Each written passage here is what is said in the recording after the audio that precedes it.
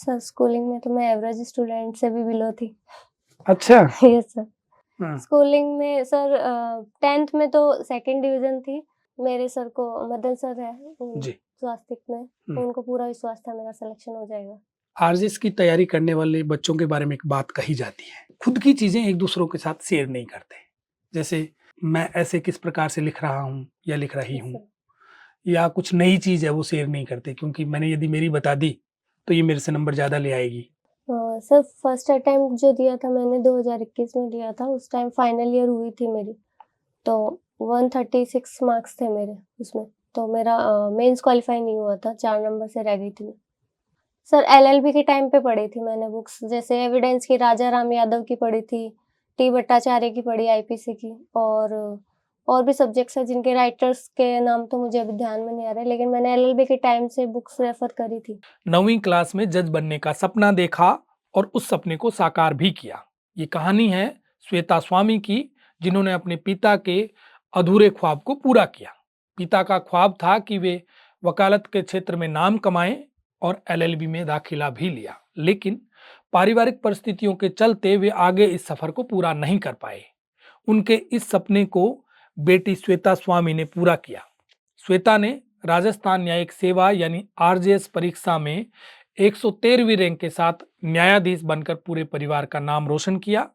आज हम जानेंगे एक किसान की बेटी के जज बनने के सफर की कहानी को, तो आप हमारे साथ बने रहिए। नमस्कार, मैं Brijmohan Ramawat, talk with BMR में आपका स्वागत है।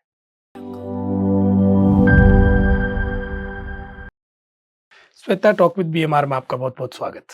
Thank you sir so much. आपको बधाई और शुभकामनाएं, जज बनी है। क्या रैंक आई है?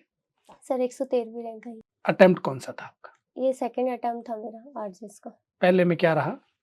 सर फर्स्ट अटेम्प्ट जो दिया था मैंने 2021 में दिया था, उस टाइम फाइनल ईयर हुई थी मेरी, तो 136 मार्क्स थे मेरे उसमें। तो मेरा मेंस क्वालिफाई नहीं हुआ था, 4 नंबर से रह गई थी मैं। 2021 में एलएलबी हुई यस सर। और 2021 वाले अटेम्प्ट में आपने मेंस लिखा। मेंस लिखा था। इस बार आपको उम्मीदें थी? हाँ, इस बार पूरा मुझे उम्मीद थी सर कि हो जाएगा सिलेक्शन। एलएलबी कहाँ की? झुंझुनू से करी थी मैंने, सेठ मोतीलाल लॉ कॉलेज से। और फिर इसकी कोचिंग ली या सेल्फ स्टडी की? कोचिंग ली थी सर मैंने, आरजेएस की जयपुर से ली थी, स्वास्तिक लॉ अकेडमी से। अच्छा, कितने समय के लिए? मैंने 2021 में ही एडमिशन ले लिया था। जयपुर चले गए थे आप? Yes sir. परिवार आपका झुंझुनू रहता है? Yes sir. फिर आप 2 साल जयपुर रहे? सर 2 साल नहीं रही थी मैंने कुछ टाइम ऑनलाइन क्लासेस ली थी, फिर मेंस जब क्वालिफाई हो गया था तब चली गई थी मैं। फिर मेरा अभी जेएलओ में भी सिलेक्शन हुआ था, तो उस टाइम पे मैं वहीं थी, तो मैंने ये वाली वैकेंसी की तैयारी वहाँ रह के ही करी है। अच्छा, जेलों में आपको पोस्टिंग जयपुर मिल गई? Yes sir. फिर वहीं रह के तैयारी यस की। 2021 में आपको क्या लगा कि मेरी कमियां कहाँ रही? सर उस टाइम पे तो मेरी जो जजमेंट राइटिंग थी उसमें काफ़ी कम नंबर आए थे। 40 नंबर की जो जजमेंट राइटिंग थी उसमें मेरे ऑल ओवर 6 नंबर ही थे, 40 नंबर, और इंग्लिश में भी कमी थी, तो इसकी वजह से नहीं हो पाया था मेरा सिलेक्शन। मीडियम क्या है? हिंदी मीडियम।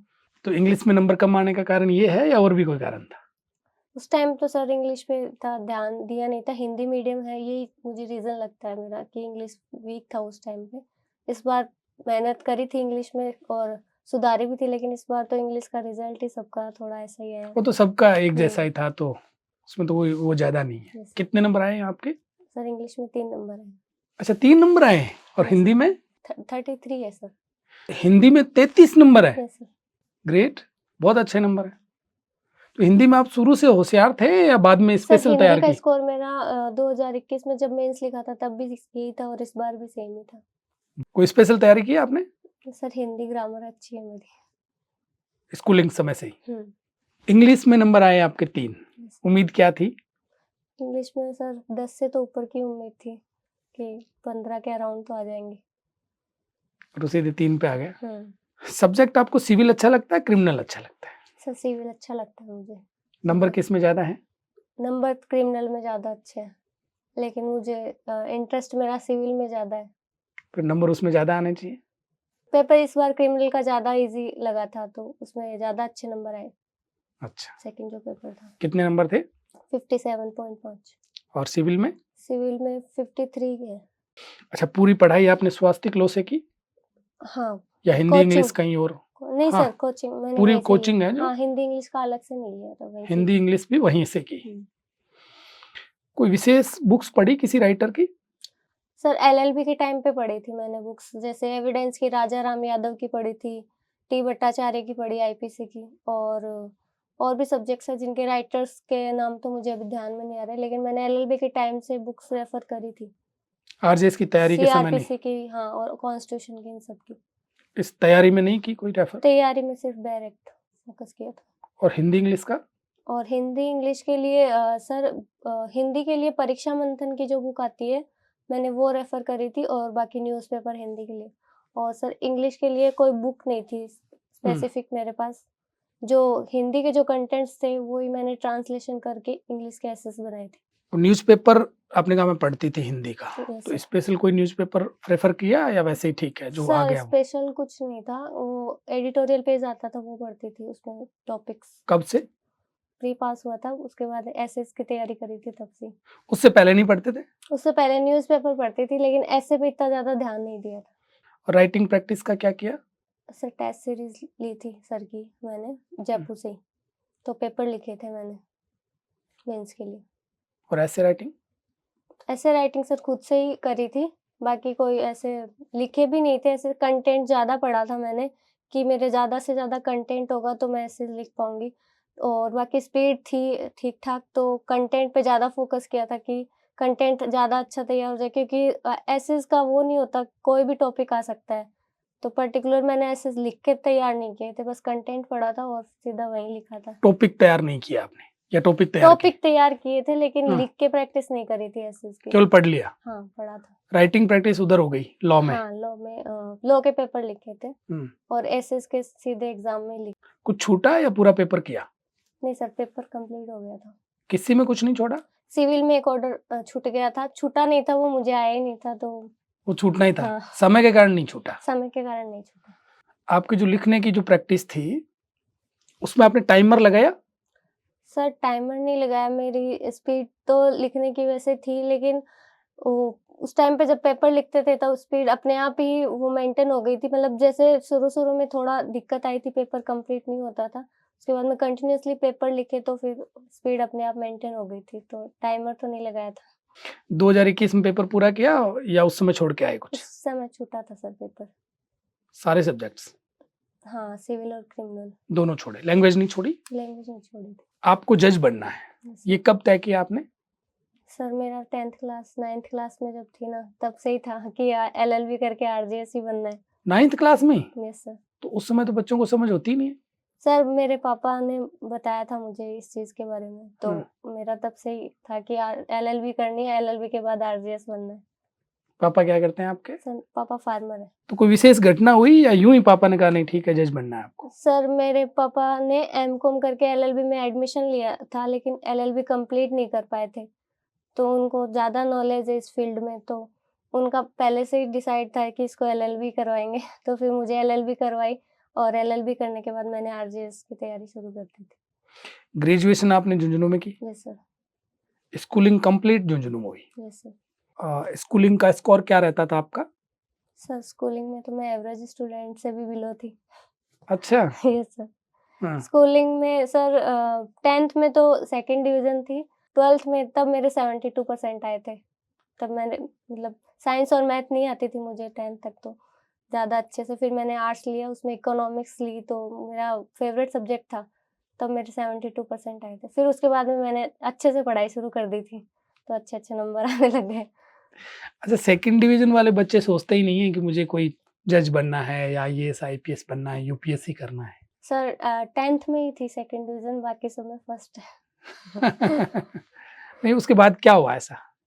उसके बाद मैंने आर्ट्स लिया था, आर्ट्स में मैंने पॉलिटिकल साइंस ली थी, इकोनॉमिक्स और कंप्यूटर, तो ऐसे सब्जेक्ट लिए थे जिसमें मेरा इंटरेस्ट था। मैथ में मेरा इंटरेस्ट नहीं था, साइंस में मेरा इंटरेस्ट नहीं था, तो उस वज़ह से नंबर नहीं आए थे मेरे 10th में। तो उसके बाद कभी पीछे मुड़ करके नहीं देखा? हाँ, उसके बाद मेरे अच्छे नंबर आए। ग्रेजुएशन में क्या स्कोर रहा आपका? ग्रेजुएशन में 61%, और एलएलबी में? एलएलबी में भी सेम 61%। क्लास टॉपर थी एलएलबी या? सेकंड टॉपर थी सर। आरजेएस के लिए प्रॉपर तैयारी कब से शुरू की? सर जब से एलएलबी में एडमिशन लिया था ना, तब से ही मैंने रेगुलर क्लासेस ली थी अपने कॉलेज में, और तब से ही मैंने बुक्स वगैरह पढ़नी शुरू कर दी थी। तब मैं बुक से पढ़ती थी, लेकिन फिर मैं जब कोचिंग में आई तब मुझे पता चला बुक्स से सिलेक्शन नहीं होता, बैरेक्ट से होता है, तब मैंने बैरेक्ट पे फोकस किया था। जी। बाकी एलएलबी फर्स्ट ईयर से ही ऐसे था कि हाँ आरजेएस ही करना है। आपने किसी को बताया या खुद के मन में ही रखा कि नहीं मैं बन के ही बताऊंगी? नहीं सर, बताया तो किसी को नहीं था। मेरे पापा को पता था, मम्मी को पता था, नहीं, घर वालों को तो क्लासमेट्स सबको वगैरह? पता। हाँ, क्लासमेट थे जो मेरे साथ तैयारी भी करते थे, लेकिन अभी वो प्रैक्टिस में चले गए, तो क्लासमेट्स को सबको पता आरजेएस का ही कर दिया। और ये निकाल लेगी, ये आइडिया था किसी को? यस सर, मेरे टीचर्स को विश्वास था कि निकल लेगी, फर्स्ट अटेम्प्ट में नहीं तो सेकंड में कर लेगी। अच्छा, टीचर ने पहली बार कब कहा कि नहीं ये तो आरजीएस मटेरियल है? ऐसे तो नहीं बोला सर, नहीं। कभी नहीं बोला? हाँ, कि आरजेएस मटेरियल है ऐसे तो नहीं बोला, लेकिन ऐसे मोटिवेट करते थे सर कि हो जाएगा, फर्स्ट अटेम्प्ट में नहीं हुआ तो सेकंड में हो जाएगा। जब फर्स्ट अटेम्प्ट में मेंस नहीं हुआ था तब ऐसे बोला था कि तैयारी करते रहो, सेकंड में हो जाएगा। आपके साथ के बच्चे जज बने? कोचिंग में दोस्त बने थे, उनमें से सिलेक्शन हुआ है। कितने लोगों का हुआ उनमें से? सर हमारा 6-7 लोगों का ग्रुप था कोचिंग में, तो उसमें से एक तो मोहित स्वामी का हुआ है, एक मेरा हुआ है, और बाकी सबने इंटरव्यू दिया था। सिलेक्शन, फाइनल सिलेक्शन नहीं हुआ। ललिता का, राजेंद्र और विजेंद्र, इन सब ने इंटरव्यू दिए थे। शैलेश का भी हो गया सिलेक्शन 32 रैंक से, और कमलेश, इन सब ने इंटरव्यू दिए थे, इनका फाइनल सिलेक्शन नहीं हो पाया। एक ग्रुप में चर्चा चलती है कि फलां तो होशियार है, इसका तो हो जाएगा, और ये थोड़ा सा कमजोर है, इसका नहीं होगा। ऐसा हुआ कि कमजोर वाले का हो गया और होशियार जो था उसका नहीं हुआ? नहीं सर, मुझे ऐसा नहीं लगा। हाँ। मुझे ऐसा लग रहा था कि हमारे ग्रुप में तो सबका हो जाएगा, क्योंकि जब इंटरव्यू तक पहुंच गए थे तब ऐसे लग रहा था कि हाँ निकल जाएंगे इस सारे ही बार, निकलेंगे इस सारे ही बार। अकेडमी में जाएंगे हाँ। इस बार तो। लेकिन लग रहा थोड़ा उनका भी कि उनका तो फाइनल नहीं हो पाया, हम 3 का हो गया था, मोहित का, शैलेश का और मेरा। जेएलओ एग्जाम आपने इन रूटीन दिया या ठीक है एक बार मैं मेरी लाइफ सिक्योर कर लूं, जेएलओ बन नहीं जाऊं? सर, क्या ये था? इसलिए दिया था कि अनएम्प्लॉयमेंट एक तो, कि अभी आरजेएस की वैकेंसी भी नहीं आ रही है और पता नहीं कब आएगी, तो जेएलओ वैकेंसी आई थी तो मैं बहुत खुश हुई थी कि चलो जेएलओ की वैकेंसी तो आई कम से कम, क्योंकि काफ़ी लंबा टाइम हो गया था 2021 से 2024, अभी जो वैकेंसी आई है उसमें। तो मैंने जेएलओ का बहुत सीरियस होके दिया था कि हाँ जेएलओ निकालना ही है, और भगवान की दया से जेएलओ में सिलेक्शन हो गया मेरा 40वीं रैंक से। जेएलओ के लिए तैयारी की, कोई कोचिंग ली मतलब? नहीं सर, अलग से कोचिंग नहीं ली थी, जो आरजेएस की जो कोचिंग ली थी वही उसी सेम सिलेबस था। कोई अलग नहीं था? नहीं, कम सिलेबस आरजेएस से। अच्छा, जेएलओ आप दे के आए तब आपको लगा कि मेरा सिलेक्शन हो जाएगा? यस सर, जेएलओ में श्योर थी मैं, क्योंकि मेरे रिटर्न में अच्छे नंबर आ रहे थे उसमें। आपने जब घर आके मिलाए? आंसर की मिलाई तब। मैंने नहीं मिलाई थी सर, मेरे पापा ने मिलाई थी मेरी आंसर की, तो मेरे 176 के अराउंड नंबर आ रहे थे रिटर्न में। तो ऐसे लग रहा था कि इंटरव्यू में 10-5 नंबर भी आएंगे तो हो जाएगा, तो भी सिलेक्शन हो जाएगा। इंटरव्यू नंबर कितने दिए आपको? सर इंटरव्यू में 15 नंबर दिए। नंबर अच्छे दिए। उम्मीद कितने नंबरों की थी? सर इतने ही नंबर की थी, 15-14, तो इतने ही मिले। आपने आरजेएस का इंटरव्यू दिया तो बोर्ड किनका था? Sir honourable justice Pushpendra bottle sir का बोर्ड था। जी। कितनी देर चला आपका इंटरव्यू? सर मेरा चला था अराउंड 25 से 26 मिनट तक। कैसा गया इंटरव्यू? सर इंटरव्यू ज़्यादा अच्छा नहीं गया था मेरा, एवरेज ही गया था, क्योंकि कुछ क्वेश्चंस मेरे से जीके के भी पूछे थे जो मुझे नहीं आ रहे थे। आउट ऑफ लॉ के जो सवाल थे। हाँ, और लॉ के क्वेश्चन पूछे थे, और लॉ में भी कुछ क्वेश्चंस सिचुएशनल बेस्ड थे, तो उसमें भी मैं थोड़ा सा अनकंफर्टेबल रही थी, और बाकी ऑल ओवर ठीक था। नर्वस हो गई थी आप? सर नर्वस तो नहीं हुई थी। घबराहट नहीं थी? नहीं, बिल्कुल नहीं थी, क्योंकि इससे पहले जेएलओ का इंटरव्यू दिया था तो वहाँ थोड़ी। अच्छा, उन्होंने पूछा कि अभी क्या कर रहे हो? हाँ, अभी पूछा था कि आपने एलएलबी 21 में करी, 21 से 24 तक आप क्या कर रहे हो? तो मैंने बताया कि सर मैं जेएलओ पोस्टेड हूँ। तो फिर वहां से कुछ सवाल आए? नहीं सर, जेएलओ से फॉलो अप कोई सवाल नहीं नहीं आया? सर, कोई सवाल नहीं। तो फिर उन्होंने ये नहीं पूछा कि जेएलओ ऑलरेडी आप लगे हुए हो, आपको जज क्यों बनना है? सर उन्होंने जेएलओ से रिलेटेड कोई सवाल नहीं पूछे थे, उन्होंने बस यही पूछा था, गैप के बारे में पूछा था कि क्या कर रहे हो? तो मैंने बताया कि सर अभी पहले जो 21 की वैकेंसी थी उसमें मेंस लिखा था, उसके बाद नहीं हुआ मेंस क्वालीफाई तो फिर जेएलओ दिया, जेएलओ में हो गया। तो बोले अभी आप जेएलओ पोस्टेड हो? मैंने कहा हाँ, बोले ठीक है। फिर उन्होंने मेरे से जीके के सवाल, जैसे बीए थी मेरे ग्रेजुएशन में, तो बीए से रिलेटेड ज्योग्राफी, इकोनॉमिक्स, यहाँ से सवाल किए थे। सॉरी कितनों में बोला आपने? सर सॉरी तो मैंने 5 से 6 क्वेश्चन में बोला था। जिसमें आपने सॉरी बोला उनका जवाब उन्होंने खुद ही दे दिया होगा? हाँ, पुष्पेंद्र भाटी जी सर ने मुझे 1-2 क्वेश्चन के सवाल के जवाब दे दिए थे, बाकी में तो मैंने बोला कोई बात नहीं। आप जब इंटरव्यू देके बाहर निकली तब आप संतुष्ट थी? सर ठीक-ठाक था इंटरव्यू, ज़्यादा अच्छा गया नहीं था क्योंकि लास्ट के सवाल ऐसे थे जिनमें मैंने सॉरी बोला था सर को और 1-2 सवाल के आंसर गलत बताए थे, तो मुझे ऐसा लग रहा था कि उनके ऊपर थोड़ा कैसा प्रभाव पड़ेगा इस चीज़ का कि मैंने गलत बता दिया उनको। सॉरी बोला इस चीज़ का नहीं, जो गलत बता दिए थे आंसर उनका थोड़ा-सा लगा था मुझे।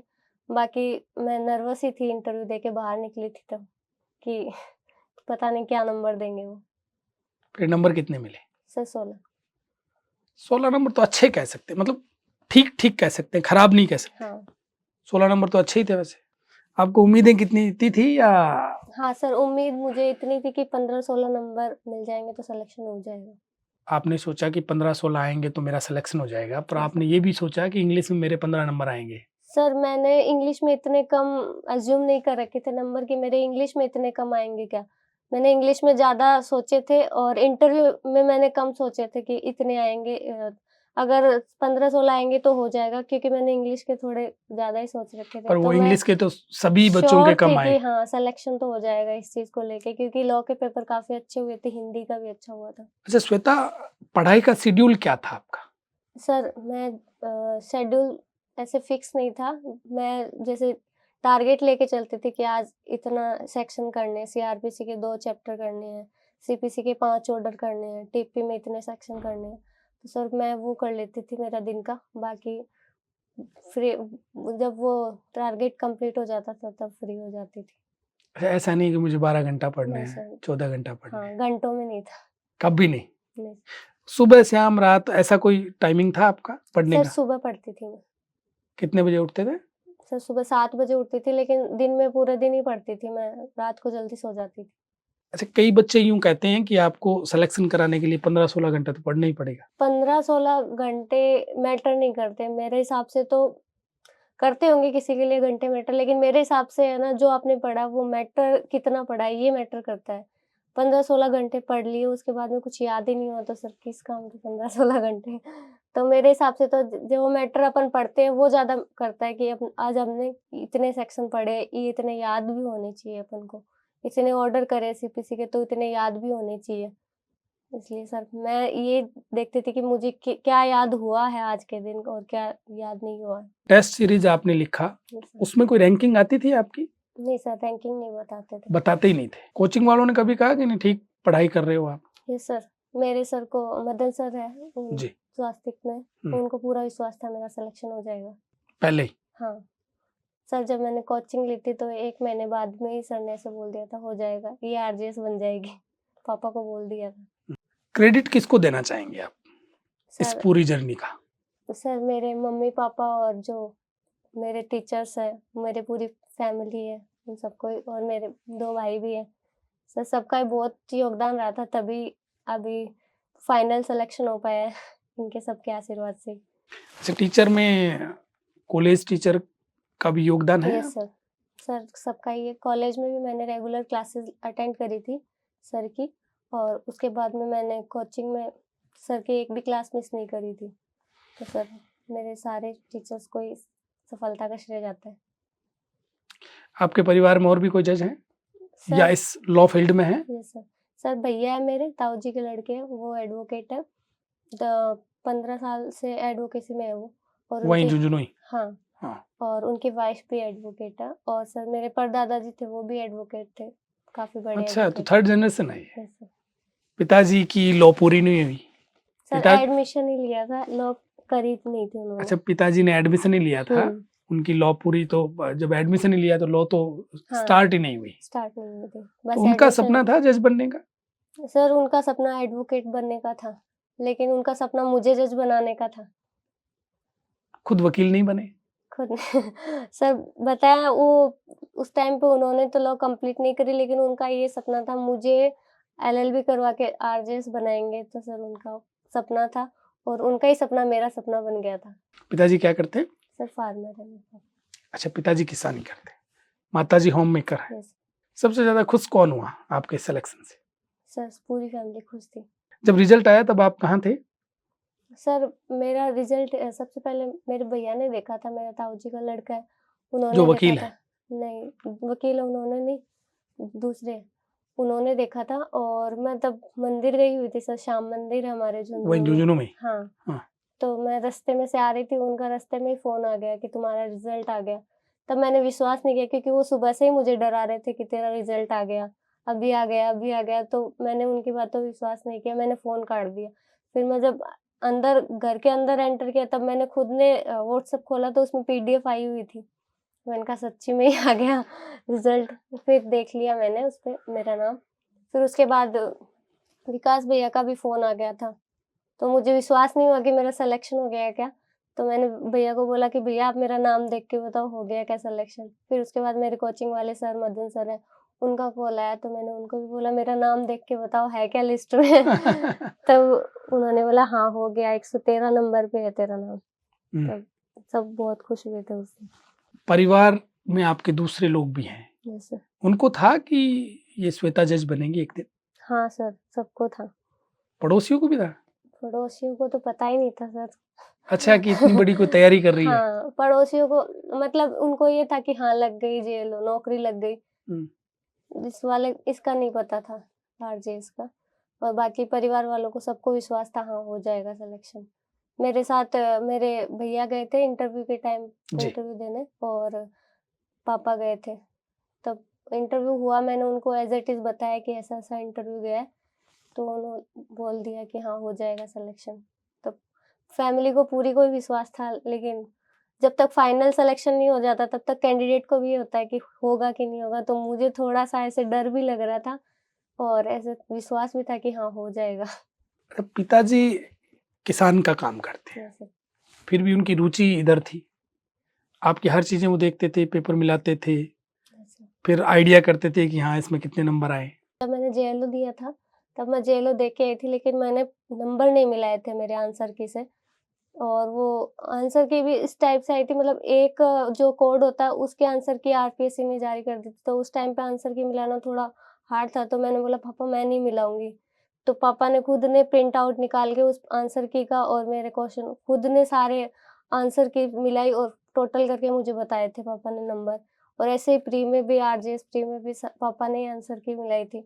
और मेंस भी मैं दे के आई थी, तब ऐसा बोल दिया था मैंने कि अब हो गया मेंस, होगा तो हो जाएगा, देखी जाएगी, भगवान पे छोड़ दो तक। लेकिन फिर भी पापा ने ऐसे एस्टिमेट करके कि तेरे इतने आएँगे लगभग नंबर सर उतने ही आते थे। पापा मिलाते थे सारे पेपर वगैरह। जी। तो ये सारे रिजल्ट पापा ने देखे आज तक? हाँ, रिज़ल्ट पापा ने देखे। मम्मी पूछती थी आप? हाँ, मम्मी को भी पूरा नॉलेज तो था, लेकिन मम्मी ज़्यादा नहीं पूछती, मम्मी को पता है पापा पूछ रहे हैं तो मैं मम्मी कहीं। पढ़ी लिखी है? हाँ सर, मम्मी 8th तक 8th पढ़ी। तक है, पर समझ सारी है उनको। Yes sir. सर मेरी मम्मी इंग्लिश का न्यूज़पेपर भी पढ़ती है। अच्छा, यस सर। आपके घर में इंग्लिश का न्यूज़पेपर आता है? हाँ सर, मैंने जब एसएस की तैयारी करी थी तब मैंने इंग्लिश का न्यूज़पेपर लगवाया था, तब आते था, तब मम्मी पढ़ती थी। जो पढ़ लेते हो? हाँ, पढ़ लेती है, थोड़ा समझ में कम ही आता है लेकिन पढ़ लेती है इंग्लिश। अच्छा, आप कितने भाई बहन हो? सर 3 बहन भाई हैं। सबसे बड़े आप ही हो? नहीं, मेरे बड़ा भाई है और मेरे एक छोटा भाई है। वो क्या करते हैं बड़े भाई? बड़े भाई ने ग्रेजुएशन कंप्लीट कर ली, प्राइवेट जॉब में है। और छोटे वाला? एसएससी सीजीएल की तैयारी कर। उसको जज नहीं बनना? इसको जज नहीं बनना सर। एक नया बच्चा है जिसको आरजेएस बनना है, आप उसको गाइड कैसे करेंगी?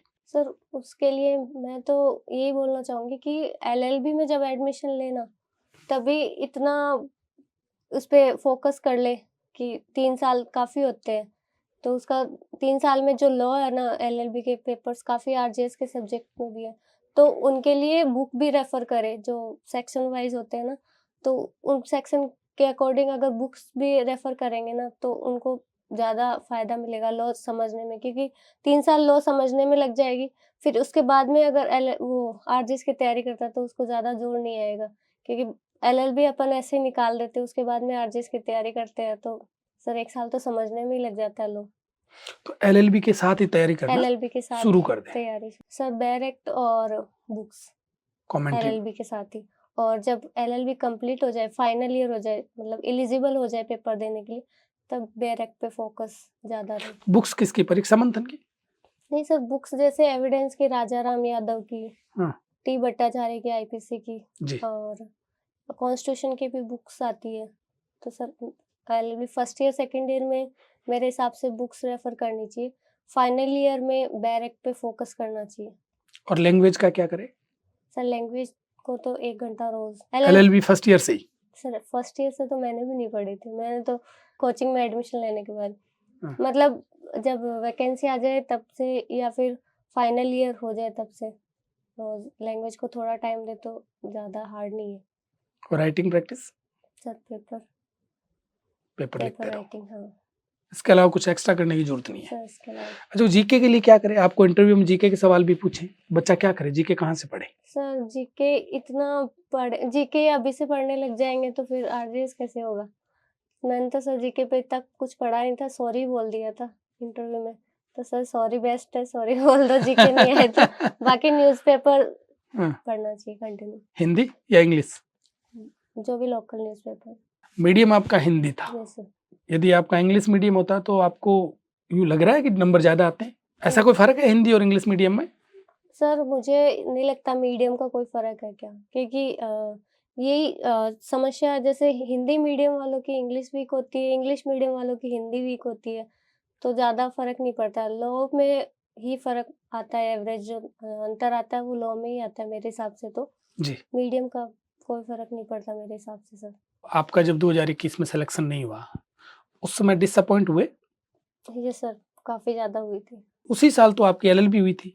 हुई थी, लेकिन सर मैंने तैयारी करी थी और थोड़े कम ही नंबर से रही थी, तो मैं उस टाइम पे सर मैं रोई भी थी जब मेरा मेंस का रिजल्ट आया था।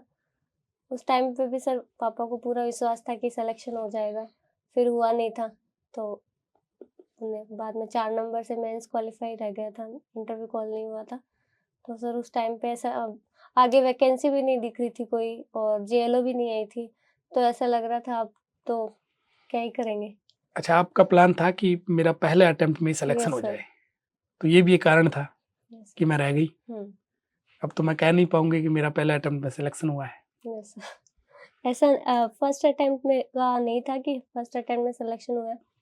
बस सर पढ़ाई करी थी उस टाइम पे, ज़्यादा तैयारी करी थी अच्छे से, और सिलेक्शन नहीं हुआ था, और उस टाइम पे भी सर सबको उम्मीद थी कि हो जाएगा सिलेक्शन, लेकिन नहीं हुआ उस टाइम पे। आपने अपनी लाइफ में कितने एग्जाम दिए हैं? सर ये 3 ही एग्ज़ाम दिए मैंने। 3 हाँ, में से 2 का सर सिलेक्शन 2 हुआ है। आरजीएस के दिए, 1 ही जेएलओ का। सर हाँ। एक मैंने एलएलबी फर्स्ट ईयर में जब एडमिशन लिया था तब मैंने एक आरएएस का एग्ज़ाम भी दिया था। वो सर मैंने ऐसे ही दे दिया था, भैया दीदी ये सब ने फॉर्म लगाया था, तो मैंने भी लगा दिया था। सोशल मीडिया चलाते हो? Yes sir. तो अभी पढ़ाई के दौरान आपने छोड़ा कि नहीं छोड़ा? सर मैं इंस्टाग्राम डीएक्टिवेट कर दिया था मैंने तैयारी के दौरान थोड़ा-सा, मेंस के बाद, क्योंकि मैं रील्स देखती थी तो वो मैंने डीएक्टिवेट कर दिया था। बाकी सब मेंस तक आप देख रहे थे? मेंस तक नहीं था, मेंस में ही डीएक्टिवेट किया था, अच्छा। और उसके बाद मेंस होते ही वापस ऑन कर लिया था, और व्हाट्सएप पे हूँ मैं सर। ये व्हाट्सएप फेसबुक पहले ही चल रहा था, ये बंद किया ही नहीं आपने? नहीं, फेसबुक अकाउंट है, फेसबुक चलाती नहीं सर। जी। और सर इंस्टाग्राम पे थोड़ा वो रील ज़्यादा स्क्रॉल हो जाती थी, तो मुझे लगता था टाइम ज़्यादा वेस्ट हो रहा है, तो सर वो मैंने डीएक्टिवेट कर दिया था जब फ्री हो गया था उसके बाद में। अच्छा, बच्चा डिस्ट्रैक्ट होता है? सर ज़्यादा चलाए तो टाइम वेस्ट तो होता ही है, और फिर टाइम वेस्ट होता है तो फिर माइंड में अपने आप ही आता है कि पूरे दिन वेस्ट कर दिया। और वैसे 10-15 मिनट अगर देखें तो सर मैं तो ये मानती थी कि मेरा जब 15 मिनट मतलब बीच में रील देखूँगी तो माइंड फ्रेश ही होगा, तो मैं थोड़ा-थोड़ा देख लेती थी बीच-बीच में। जब आपने डीएक्टिवेट कर दिया तो फिर क्या देखते थे? सर यूट्यूब पे देख लेती थी। कहीं तो देखना ही है। Yes sir. तैयारी करने वाले बच्चे को सोशल मीडिया पे रहना चाहिए या नहीं? सर सोशल मीडिया पे उससे मुझे नहीं लगता ज़्यादा फ़र्क पड़ता होगा। अगर ज़्यादा दिन में अगर 15 से आधे घंटे तक भी चलाएँ तो कोई ज़्यादा फ़र्क नहीं पड़ता। लेकिन पूरे-पूरे दिन ऐसे व्हाट्सएप पे इंस्टाग्राम पे ज़्यादा अगर अपन टाइम वेस्ट करते हैं तो सर फ़र्क पड़ेगा। 2024 में आप जेलो जेएलओ बनी। हुँ, जर्नी तो लंबी है। Yes sir. 2018 में आपने एलएलबी में एडमिशन लिया हुँ, और 2024 में आप जेएलओ बनी और 2024 में ही आप आरजेएस। आरसीएस बन गई। इतनी लंबी जर्नी में बहुत बार ऐसे मन में आया होगा कि चलो ठीक है यार, नहीं हो रहा, वैकेंसी नहीं आ रही, छोड़ते हैं, कुछ और करते हैं। सर कुछ और का तो नहीं आया था, करना है तो इसी फ़ील्ड में ही करना है ये तो था मेरा। लेकिन जब एलएलबी करते ही तो वैकेंसी आ गई थी 2021 में, वो 120 वैकेंसी आई थी और तब अच्छी तैयारी करी थी और उस टाइम मेंस तक भी पहुँच गए थे। लेकिन तब नहीं हुआ था, तब थोड़ा-सा ऐसे लगा था कि अब नहीं हुआ, अब वैकेंसी पता नहीं कब आएगी और आगे कोई वैकेंसी भी नहीं है, अब करेंगे क्या? और सर मैंने एलएल में भी एडमिशन नहीं लिया था। और मेरा ये था कि यार एलएलबी हो गई, इतना ही काफ़ी है, अब आरजेएस ही करेंगे। तो उस टाइम पे थोड़ा डिमोटिवेट हुई थी, लेकिन उसके बाद में जब मैंने कोचिंग कंटिन्यू रखी थी कि इधर-उधर टाइम वेस्ट नहीं हो और पढ़ाई कंटिन्यू रहे। तो उसके बाद में जेएलओ वैकेंसी आ गई थी, तो मैंने जेएलओ पे फ़ोकस करना शुरू कर दिया और जेएलओ के बाद में आरजेएस आ गई थी। इसके बीच में कभी आप डिमोटिवेट नहीं हुई? ऐसे तो नहीं हुए थे, लेकिन कभी-कभी ऐसे विचार आ जाते थे कि नहीं होगा तो, लेकिन फिर नॉर्मल हो जाते उस थे। समय आप उन विचारों को बाहर कैसे निकालते थे? सर मेरे मम्मी-पापा मुझे बहुत मोटिवेट करते थे। फ़ोन पे बात कर लेते थे इनसे? सर मैंने ऑनलाइन कोचिंग ली है घर से रह के हुँ। और उसके बाद में बीच-बीच में मैंने ऑफ़लाइन भी ली है। तो सर ऐसे मोटिवेशन में मम्मी-पापा पूरा कर देते जब भी डिमोटिवेट होती थी कि हाँ, वैकेंसी आने वाली है दिसंबर में, तैयारी कर ले। फिर दिसंबर भी निकल जाता, हाँ, अगले बार आ जाए मतलब अगले महीने आ जाएगी वैकेंसी। तो ऐसे था। मोटिवेशन पूरा मिलता था पापा से। Yes sir. स्कूल फ्रेंड जो भी हैं आपके, वो किसी बड़े पद पे गए? सर मेरे 1-2 फ्रेंड है जो टीचर है, सेकंड ग्रेड टीचर। जब उनका सिलेक्शन हुआ था तब आपको लगा कि मैं भी टीचर बन जाती तो ठीक रहता? नहीं सर, मुझे ऐसा नहीं लगा था। कभी नहीं लगा? आरजेएस की तैयारी करने वाले बच्चों के बारे में एक बात कही जाती है, खुद की चीज़ें एक दूसरों के साथ शेयर नहीं करते। जैसे मैं ऐसे किस प्रकार से लिख रहा हूँ या लिख रही यस हूँ, सर। या कुछ नई चीज़ है वो शेयर नहीं करते क्योंकि मैंने यदि मेरी बता दी तो ये मेरे से नंबर ज़्यादा ले आएगी। हम जो फ्रेंड्स थे आपस में कोचिंग में, तो हम आपस में एक नोट्स भी शेयर करते थे और जैसे नया कोई केस लॉज़ वगैरह आया, किसी को नई अपडेट मिली है, तो वो हम सब ग्रुप में शेयर करते थे और ऐसे ही हमने इंटरव्यू की तैयारी करी थी। जो भी जीके वगैरह था, हमने एक-दूसरे का, तो सर हमने आपस में शेयर करके ही तैयार किया था एक-दूसरे का। तो सर ऐसा छुपाने वाली कोई बात नहीं थी हमारे बीच में। अच्छा, सारा शेयर करते थे आप यस सर। एक-दूसरे के हाँ, साथ, और कभी कुछ नहीं छुपाया यस आपने? सर। हुँ, और सर मेरी फ्रेंड भी है ललिता, जी। तो हम दोनों आपस में एक सुनते भी थे, जैसे जो एक्ट पढ़ लिया तो एक-दूसरे का आपस में सुनना फ्री टाइम में, अच्छा, तो फ्री रहते थे। जैसे कॉन्स्टिट्यूशन थोड़ा डिस्कशन से ज़्यादा आर्टिकल अच्छे से याद होते, तो हमने कॉन्स्टिट्यूशन इंटरव्यू के लिए हमने ऐसे ग्रुप डिस्कशन में ही तैयार किया था। मोहित, ललिता, विजेंद्र, राजेंद्र, शैलेश, कमलेश। सारों ने साथ मिल कर के हाँ, हम किया। सबने सब शाम को सर हम 1 घंटे क्लास लगाते थे, तो उसमें डिस्कशन करते थे। कहाँ, कोई स्पेशल जगह या ऑनलाइन करते थे? सर ऑनलाइन ज़ूम पे। अच्छा, ज़ूम पे सारे जुड़ जाते थे हुँ, और सारे डिस्कशन करते यस थे। सर। कभी ऐसा लगा कि ये अपनी चीज़ नहीं बता रहा है, मैं अपनी चीज़ बता रही हूँ? नहीं सर, ऐसा था ही नहीं हमारे बीच में, जिसको जो भी इन्फॉर्मेशन मिलती थी वो ग्रुप में डाल देता था और जिसको जो समझ में नहीं आया वो आपस में एक-दूसरे से डिस्कशन करके हो जाती थी। आपका बहुत अच्छा ग्रुप था। Yes sir. तो श्वेता, आपको ढेर सारी बधाई, शुभकामनाएँ। आप ऐसे ही प्रगति करते रहें। आप हमारे यहाँ पधारे, आपका बहुत-बहुत आभार। Thank you sir, thank you so much.